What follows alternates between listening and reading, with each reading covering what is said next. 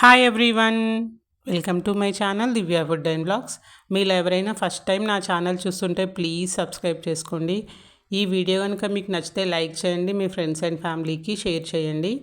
ఈ వీడియోలో నేను వచ్చేసి క్యారెట్ హల్వా కుక్కర్లో ఏ విధంగా చేయాలో చూపిస్తున్నానండి.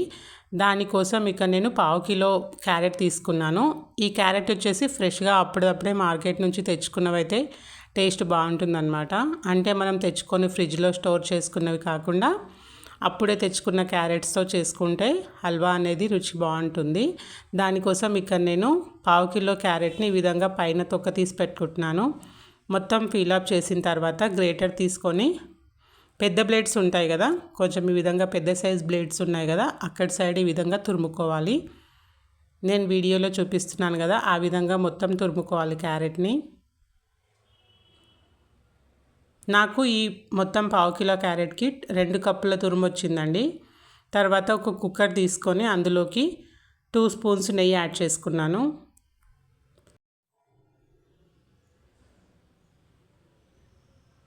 ఈ నెయ్యి అంతా కరిగిన తర్వాత అందులోకి మనం ఆల్రెడీ తురిమి పెట్టుకున్నటువంటి క్యారెట్ ఉంటుంది కదా, ఈ కప్పుతో 2 కప్స్ యాడ్ చేస్తున్నాను.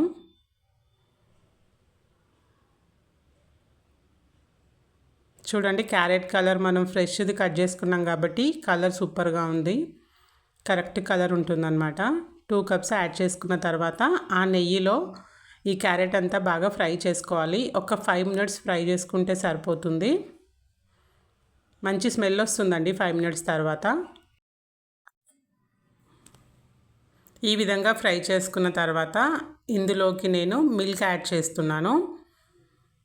2 కప్పుల క్యారెట్ తురుముంది కాబట్టి నేను ఇక్కడ 1 కప్పు మిల్క్ యాడ్ చేస్తున్నానండి. కాచి చల్లార్చిన పాలు అనమాట. మిల్క్ అనేది వాటర్ లేకుండా చిక్కటి పాలు అయితే బాగుంటుంది టేస్ట్. ఇంకా ఈ విధంగా మిల్క్ అంతా యాడ్ చేసుకొని కుక్కర్ విజిల్ పెట్టేసుకోవాలి. ఈ విధంగా లిడ్ క్లోజ్ చేసేసి ఒక 3 విజిల్స్ పెడితే సరిపోతుంది.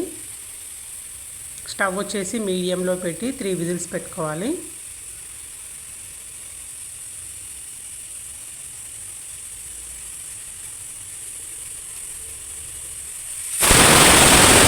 ఇక్కడ 3 విజిల్స్ అయిపోయిన తర్వాత నేను లిడ్ ఓపెన్ చేసి చూపిస్తున్నాను.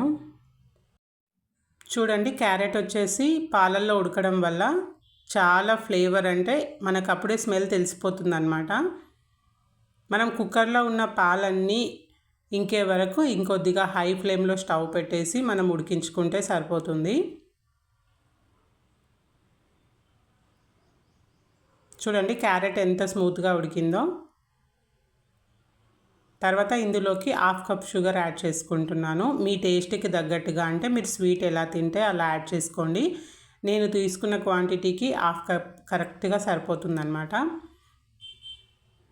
అంతకంటే ఎక్కువ వేసుకున్నా కూడా స్వీట్ ఎక్కువ అవుతుంది, అంత బాగుండదు. ఈ విధంగా మొత్తం మిక్స్ చేసేసుకొని హై ఫ్లేమ్లో పెట్టి ఈ విధంగా ఈ కన్సిస్టెన్సీ వచ్చే వరకు మనం ఉడికించుకుంటే సరిపోతుంది. చివరిలో నేను ఇక్కడ 2 యాలకులు యాడ్ చేస్తున్నాను. ఈ ఇలాచీలు వేయడం వల్ల ఫ్లేవర్ అనేది బాగుంటుంది. ఈ విధంగా మొత్తం ఫ్రై చేసుకొని ఒక 2 మినిట్స్ ఉంచి స్టవ్ ఆఫ్ చేసుకుంటే ఎంతో టేస్టీగా ఉండేటువంటి క్యారెట్ హల్వా కుక్కర్లో రెడీ అయిపోయింది.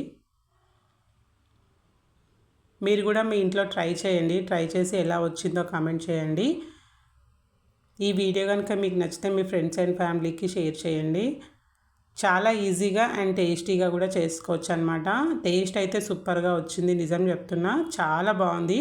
మనం పాలల్లో క్యారెట్ని ఉడికియడం వల్ల ఇంకా టేస్ట్ బాగుందన్నమాట. చూడండి, కలర్ కూడా ఎక్కడ కూడా తగ్గలేదు, ఫ్రెష్ క్యారెట్లతో చేసాం కాబట్టి సూపర్గా ఉంది.